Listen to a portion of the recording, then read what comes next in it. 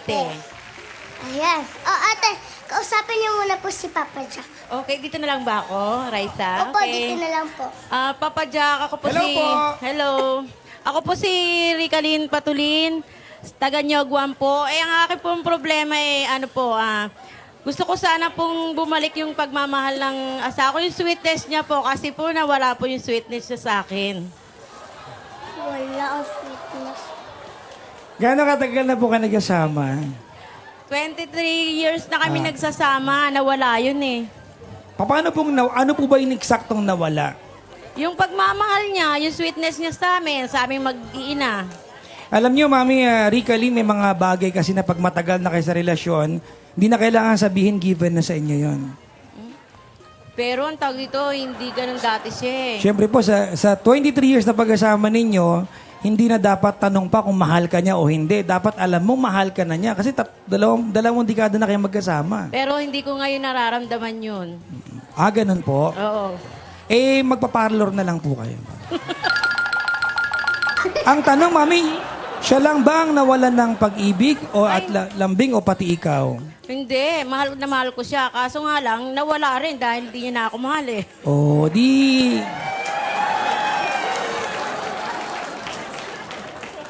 Huwag ka na lang gumanti, mag-I love you ka na lang araw-araw para maturuan mo mahal siya. ko naman siya, Papa Jack. Kaso gusto ko siyempre, yung meron din siyang pagmamahal sa akin para manumbalik yung pagmamahalan namin dati. Sige, ganito na lang, Mami, para madaling solusyon. Mag-I love you ka sa kanya sa camera ngayon, tapos magpe-pray kayo mamayang gabi. Okay. I love you, Felix. Ayun lang po. Nag-text na po. I love you too daw. Ate, para po maging sweet kayo, bigyan niyo po siya ng chocolate. Chocolate. Thank you, Raisa. Ayan po, bigyan niyo po yan sa asawa niyo. Okay. Tapos sabihin niyo po, I love you. Okay. I love you, Felix. Nag-aaral na po kayo. Yes po. Sa PUP po, Santa Maria. Ayan, sige po, kausapin niyo po si Papa Jack. Ayan, Papa Jack. Oo. Ayan, Pababa meron lang po kasi po. kong ex-boyfriend. Mm. And, ayun po, mahal ko pa po.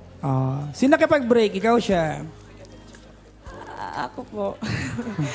Kasi po may conflict po kasi. Medyo nagselos po ako sa friend niya. And, yun po. Sabi niya po hindi naman, wala naman silang... Wala silang something. Yes po, wala naman silang something. Pero nakipag-break po siya. Hindi ka na mahal. Sakit.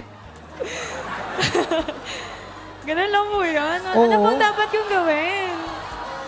Bilang babae, pag ikaw ang iniwan ng lalaki, huwag mo nang habulin. Kasi dapat ang lalaki naghahabol sa inyo. Ganun ba? Turuan nyo kami mga lalaki na habulin namin kayo. Pag kami nang iwan, lalo't alam mo wala ka namang ginawang kasalanan, hayaan mo lang siya. Kasi kung mahal ka ng lalaki, kahit pagtabuyan mo yan, babalik sa'yo yan. Papa daw. Move on natin. May feelings pa po nga ako eh. Ha? Mag-pray ka na lang din kay Lord. Ganun lang po yun. Oo, tanggapin mo na. Sige po. Ate, tanggapin niyo na lang po. Yung tsokolate, bigyan mo Kainin kaya. niyo na lang to chocolate. Thank you.